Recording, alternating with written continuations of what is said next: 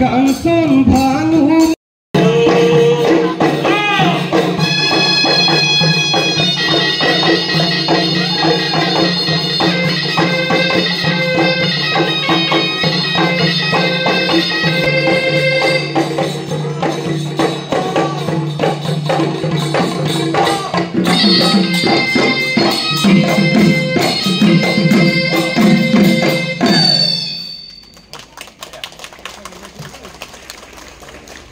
আমি ৰঙাপৰা মহাবিদ্যালয়ে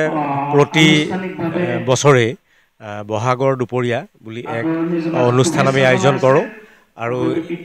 ই আচলতে কেৱল বিহুৰ অনুষ্ঠানেই নহয় আমাৰ বিহুৰ লগতে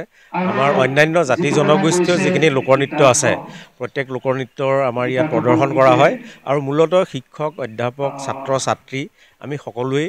ইয়াত একেলগে নিজ নিজ জাতি জনগোষ্ঠীয় নৃত্যসমূহৰ প্ৰদৰ্শন কৰোঁ আৰু প্ৰতিবাৰে আমি এটা খুব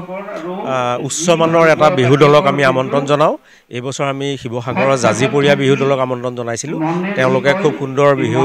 নাচ প্ৰদৰ্শন কৰিলে আমাৰ ছাত্ৰ ছাত্ৰীসকলে নিশ্চয় শিকিব পাৰিব আৰু আমাৰ